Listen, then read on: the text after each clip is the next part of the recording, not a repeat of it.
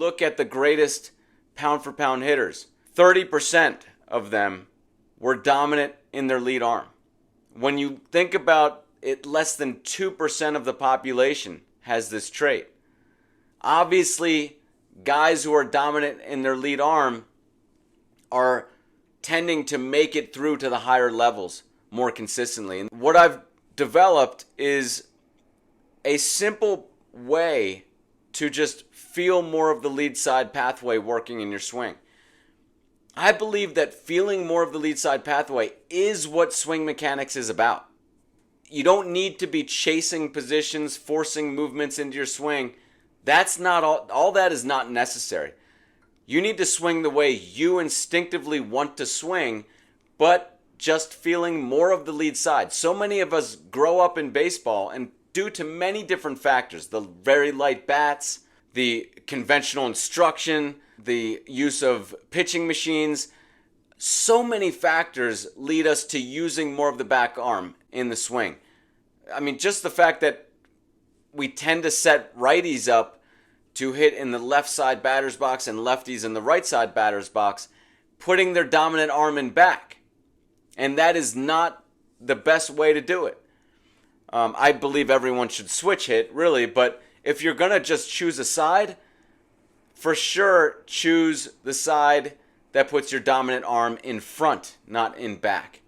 So there are many different factors in our culture that lead people down the wrong path mechanically, leading them down a path to use too much of the backside and the back arm. But it's okay. There's no need to panic if you've developed this over many, many years, because there is a simple progression that you can do. And let's go over it right now. If you have a lead arm training bat or a small bat, then get it now. If you want to order that, on my website, theswingmechanic.com, I sell the lead arm training bat. It's basically a 26.5-inch bat. I made it the perfect size and weight. It's even got a grit handle, which I like for this kind of training. It's exactly what I want. It works for all ages for working on just lead arm work. Now, pick up your lead arm training bat and go through some swings. Now, you'll see that I kind of casted the bat out here. I want you to feel it working into the redirection. In other words, take a bit of a backswing. This is why golfers take backswings. It actually helps them have more power. Hone a little bit of a backswing. Move the barrel. Notice I'm kind of moving it with my hand and with my arm into this position. Right? This is important because it's starting to set us up to feel what more of the lead side wants to do. I want you to be loose, and I want you to feel the lead side pathway. I want you to feel like you're almost in this position here, like you're going to kind of slap the ball. Now, what's cool about using the lead side is it completely restructures your swing. There's no need to force positions, putting your swing in some sort of cookie cutter mold. There's no need to do that. When you swing with just your lead arm, you naturally achieve the good positions. Notice I'm putting the bat, like I said, out and then allowing myself to take a bit of a backswing. Now I'm going to turn around. I want you to work both sides. Conventional coaches don't tell you to work both sides. We don't want to make our bodies so uneven by swinging endlessly from one side. Notice the flattening action that naturally happens. And this is kind of like I'm feeling the pull happen as the bat is real low. This is a different feel that you get when swinging with just the lead arm. Pull back on the barrel like I'm doing here and feel the tension go from the back of your wrist all the way up your shoulder as you pull on the bat. This is kind of the feel that doesn't happen when you're so back arm dominant. And this is the important feel that I want you to have. The barrel, you you're moving slowly as the barrel's dropping. You're just starting to rotate open, but you're not moving fast. And then when the barrel gets low enough, then comes this kind of pull with the lead side and with more of a bowed wrist. This is kind of important because, again, you just don't get that when you're back arm dominant. You have more of a feeling like this that I'm showing right here. And so you don't get that kind of feel of up your lead arm and into a kind of a bowed wrist.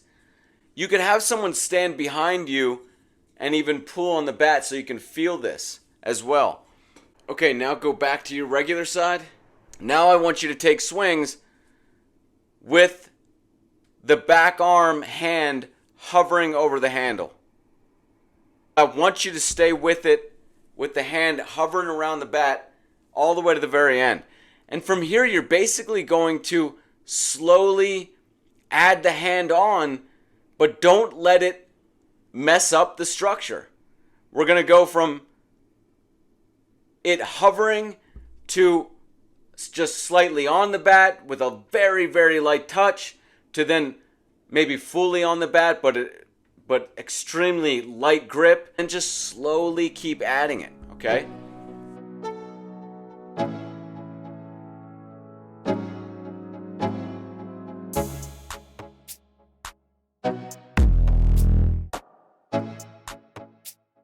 Now switch to the other side.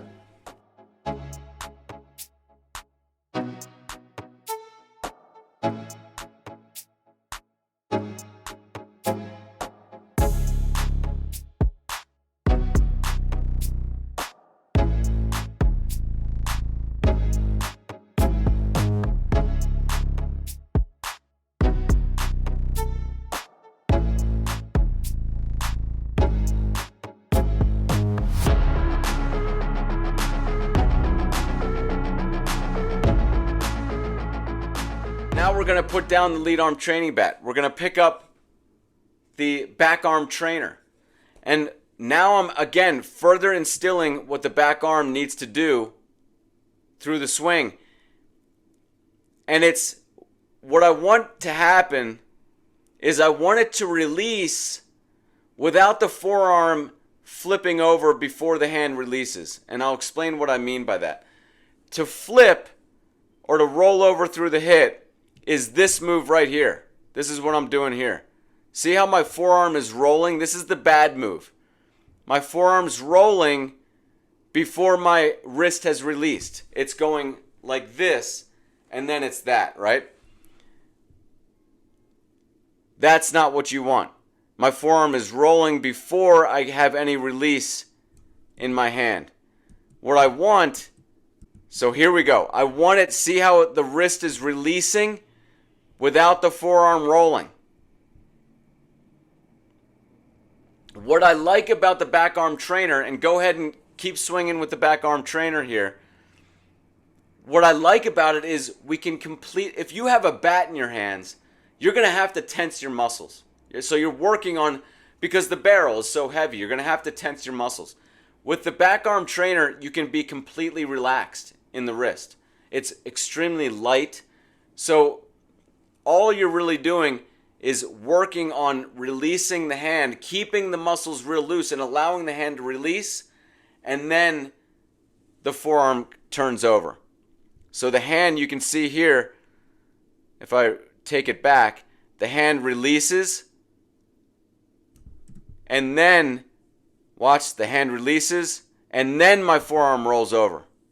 Okay?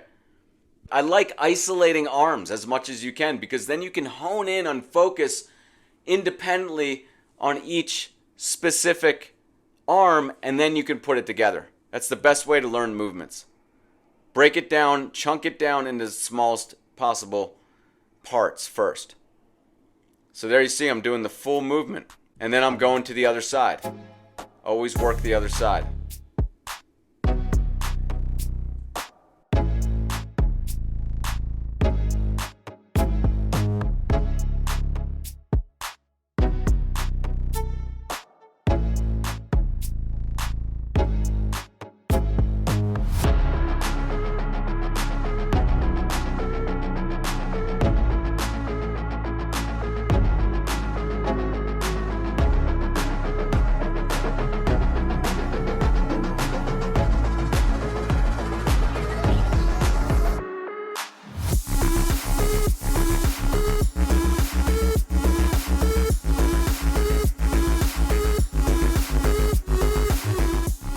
Again, go to theswingmechanic.com if you don't have a lead arm training bat or a back arm trainer.